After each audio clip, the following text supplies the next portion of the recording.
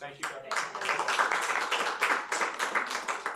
Actually, I've been talking about bullying since I was 3 years old. No, but actually I've been studying the legal issues involved in bullying, particularly with public school administrators in mind, for approximately 12 years.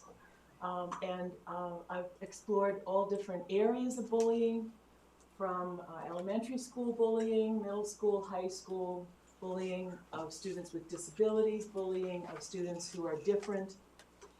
And I recently started looking at the programs that school administrators are adopting, in public schools in particular, because they're the ones that think that they can have an easy fix, and so they adopt canned programs. And I was hearing from school administrators that they had spent all this money on a program and it wasn't working.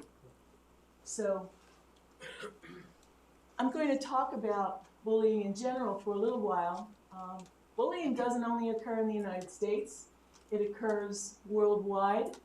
And there is a myth that bullying begins in middle school, and that's absolutely not true. You can see bullying in preschool, and there are studies that have looked at the types of bullying that occur in preschool. And what happens is that when small children get what they want by pushing and shoving and taking toys away from someone else, and that behavior is not checked, it becomes a habit. And if you can get what you want by pushing somebody else around, well, why not? If that bullying is reinforced over and over again, toddlers can grow up into elementary school bullies, into middle school bullies, and bullying throughout the grades and into the workplace. And approximately 20% of people report that they work for a bullied boss. Okay? And bullying causes problems, causes both what we call externalizing behaviors, all the way from children who act out in response to bullying to school shooters, and internalizing problems, anxiety, depression, and the extreme student suicides. And the bottom line is that bullying just rolls off some students like water off a duck's back, the proverbial water off a duck's back. But these are some of the students who were bullied so intensely that they couldn't take it anymore. And very often, someone who's bullied will not even tell their parents, as in the case of Ryan Halligan from Vermont. Ryan committed suicide at home as a young teenager. His parents knew nothing about that, nothing about the fact he was bullied. And psychologists say that often children don't want to tell their parents because they feel it's a shame among the family. It's a shame on them because it's their fault somehow. And therefore, if they tell their parents will be embarrassed for them, and the family will be shamed. And certainly in Ryan's case, he did not tell his family. You know the picture of Tyler Clementi, Phoebe Prince from Massachusetts, Megan Meyer from Missouri, Eric Mohat from Ohio, in whose high school in 1 year, 5 students committed suicide. There was such a culture of bullying accepted in that school. It was an unbelievable negative culture. And this is Hope Whitsitt from Florida, and this is Jessica Logan. All middle schoolers or teenagers who were so distraught over bullying that their school administrators had to have known about. In some cases, their parents went to the administrators asking for help. In other cases, kids were throwing things at these students when they were changing classes. Surely, schools knew about it, and they did nothing. Okay. But the real tragedy, in my mind, is that these suicides are not only increasing, but student suicides due to bullying are occurring at younger and younger ages. This is Carl Walker Hoover's casket. He was 11 years old when he committed suicide. This boy committed suicide in Texas, 9 years old. He had been bullied for years and years, ever since he started kindergarten. He was slightly autistic, ADHD, and his parents consistently went into school. He told guidance counselors, I'm going to commit suicide. I can't stand it anymore. He brought in a small penknife to school because kids were physically abusing him, and he pulled out the penknife, and he was the one that was sent to the alternative school. In the alternative school, he told the guidance counselor, I am going to commit suicide. They did an evaluation. They found him at risk. They didn't tell his parents. They brought him back to his old school. And again, he was put in detention because he tried to fight back against his bullies. He couldn't use the school bathrooms. He was told to use the nurse's bathroom. He went into the nurse's bathroom, never came out. Nobody looked for him. He hung himself in the nurse's bathroom. Now, in all of these suicide cases, the law prevents the school districts from liability. The law protects the school districts. So parents are not able to get redress, and we don't see these cases brought to the attention of the public. And many people don't know that this is such a problem. Okay, but schools are under the gun to stop the bullying from the federal government, and they think they're under attack from parents, and they are.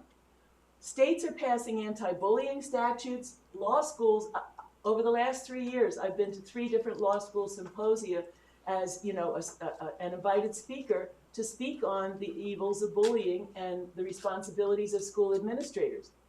And I was just at Temple just a few weeks ago in February at a big anti-bullying symposium. And I frankly said, we're holding these symposia, but it's not making any difference. It doesn't seem to be cracking what's going on as far as the bullying problem. Schools, as I say, are adopting all these anti-bullying or bullying prevention programs. States have anti-bullying statutes. 49 states, 49 out of 50, with the exception of Montana, have passed anti-bullying statutes. But none of it is working.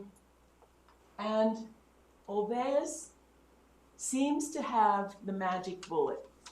The Olveus anti-bullying program, or it's called now the Bullying Prevention Program, is held out to schools in the United States as the gold standard. And schools are adopting the Olveus Bullying Prevention Program to the tune of $10,000 a year per school. It worked in the Scandinavian countries, and that's what the Olveus Bullying Prevention Program is touted as, 50% effective in curbing bullying. But the program worked in the Scandinavian schools, but the schools and the cultures in Scandinavia and in the United States are very different. As a matter of fact, 3 education law researchers did an analysis of the bullying programs and the peer victimization. And when they analyzed the Olveus Bullying Prevention Program, they saw no positive results. In some cases, there was an increase in bystander interventions, but the expense, nobody has done a benefit expense ratio, a cost-benefit analysis. So I looked at meta-analyses, and one of the biggest meta-analyses was from Toffey and Farrington. 622 reports of anti-bullying programs worldwide. They examined 89 studies with 53 different programs, and they divided the programs into the sizes of schools where they were employed, under 200 and over 200. In the under 200 students per program, they had only moderate effects. The best results came in what's called an age cohort design in bullying prevention, but only one of those was conducted in the United States. 17 to 23% reduction worldwide in the bullying prevention programs, but most of the positive effects were seen in Scandinavian countries, and that inflated the effects of the worldwide meta-analysis. State anti-bullying statutes in 49 states. Neumann, Rovers in 2012, just recently, did an analysis of all 49 anti-bullying statutes.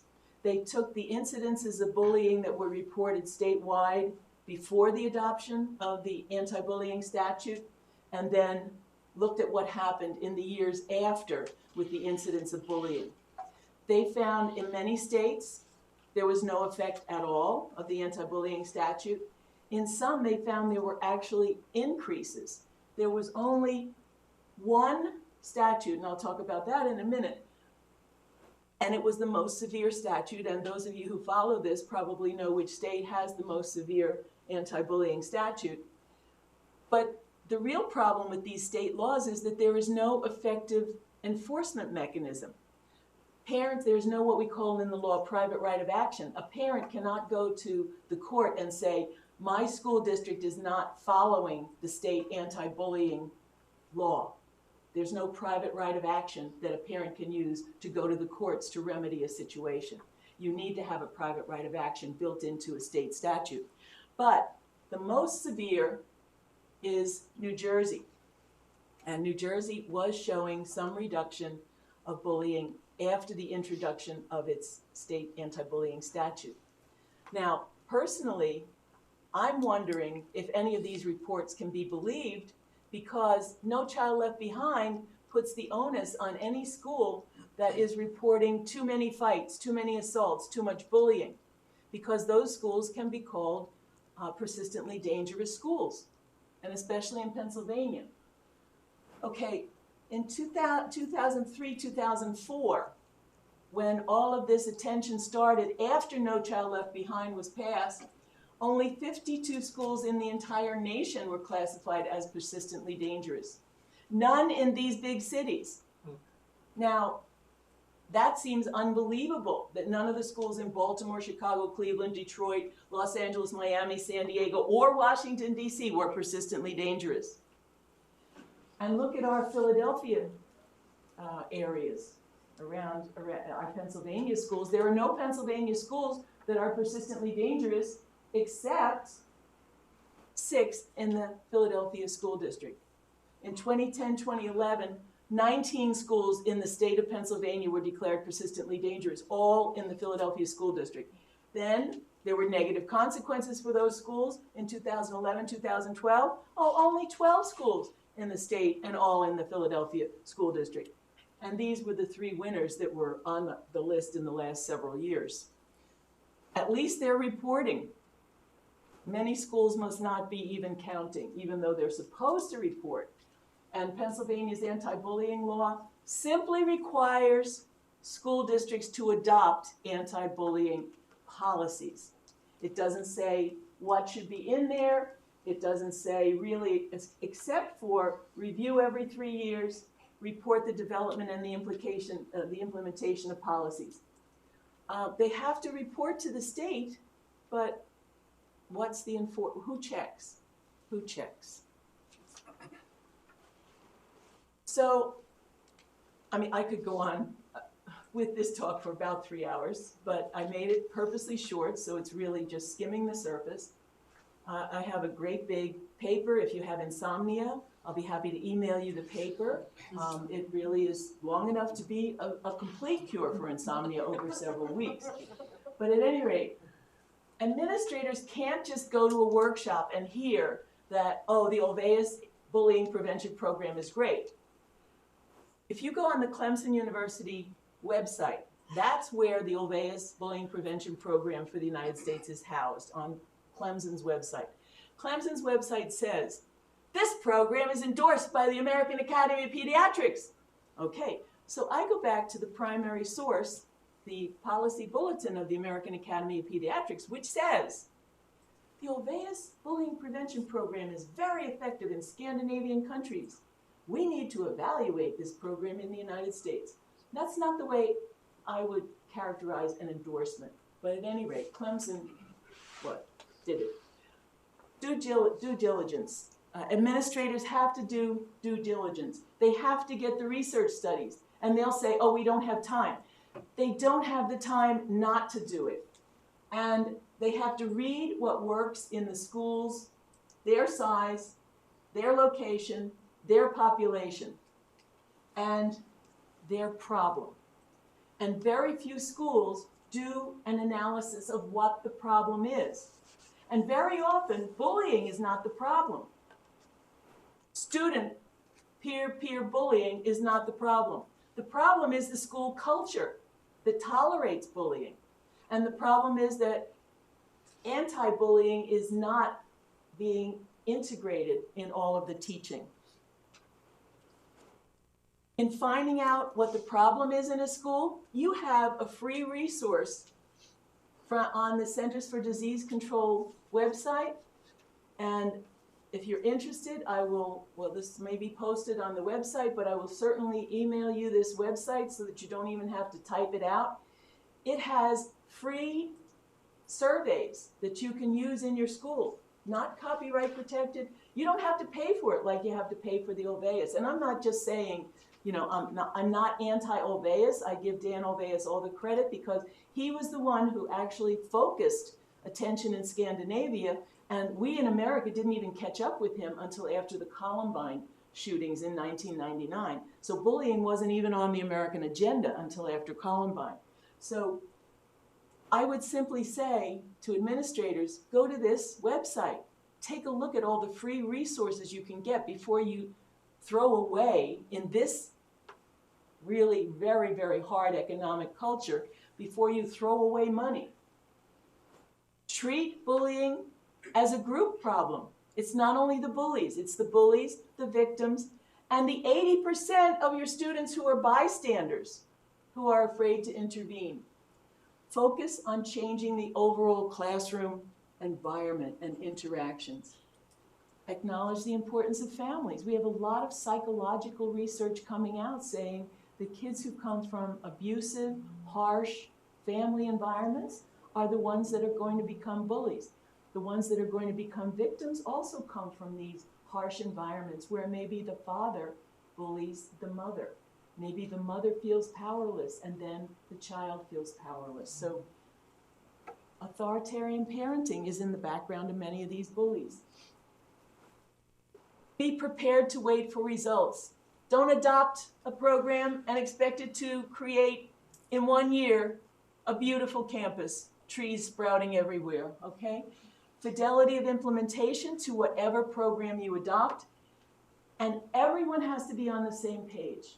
That includes administrators, teachers, students, parents, and even community members, so that when bullying is observed, it is definitely not accepted. One size does not fit all. Some programs work well in some schools, in some places. School size, school demographics, community mores, community participation, and you have administrator and staff personalities. One of my students is a former state trooper in Delaware. His school program is entirely different from the programs of other principals who are trained in education and have been in education. He's a state trooper. He collects evidence like the state troopers collect evidence. And you're not going to bully a second time because, like a state trooper, he's going to follow up and watch you. So it's a completely different personality approach to a bullying prevention program. I just wanted to show you these pictures from a little school, a K-8 school in West Philadelphia, St. Francis de Sales School. And I've been privileged to be invited there several times to talk to their students and talk to their parents. This is their peace room. It's a room, has on its door, you know, like the doctors have a patient's office or whatever, exit. Anyway, the sign on this room says peace room, and it's sticking out into the corridor. It's right next to the principal's office. Kids who are having a conflict can ask to go into this room. I said, what? Alone? Yes. The kids go into this room alone. 2 kids having a conflict, work it out at this table, which I don't think you, well, here you can see the lion. It has a picture of the lion and a lamb. It has beautiful surroundings. That room is the peace center of that school. They had 2 fights last year. This is in the middle of West Philadelphia. It is a peace oasis in the middle of a very, very violent neighborhood. Kids go into this room. The principal said, she said, don't worry, the wall is thin. If they're yelling and shouting and breaking chairs, I'll come in. But she said, that has never happened. And this peace program was started at the school 20 years ago when the nuns got tired of going to funerals. Sister Constance, who is now retired, and I had a big long talk, and she said, we were just tired of going to funerals because kids' parents were getting shot, relatives were getting shot, and kids themselves were getting shot. And we didn't want it anymore. And so they integrate peace throughout their teaching in the school. And another remarkable thing they have right outside this room is the peace wall. And students can be nominated as peacemakers, and their picture gets posted on the peace wall. And at the end of the year, they have a peacemakers assembly. But what is remarkable about this wall too is, at about here on the wall, they have a very nice plaque to the unknown peacemaker. And any child who is not yet recognized as a peacemaker belongs on this plaque. And the children are taught that. And at the end of the day, every classroom has a flag. We were a peaceful classroom today. And if they were, they can hang it outside their door. This doesn't cost $10,000 a year. Maybe they had an extra room. Maybe they had to set aside room at great cost and expense, cost of, crowding some other rooms together. But they did it, and it's simple furniture, simple surroundings, but it works. And I'm going to refrain from the Monty Python phrase about it works, okay? So that's the end of my presentation. It's short, and I've left a whole lot out, but as I said, if you want the paper, just email me. So that's it.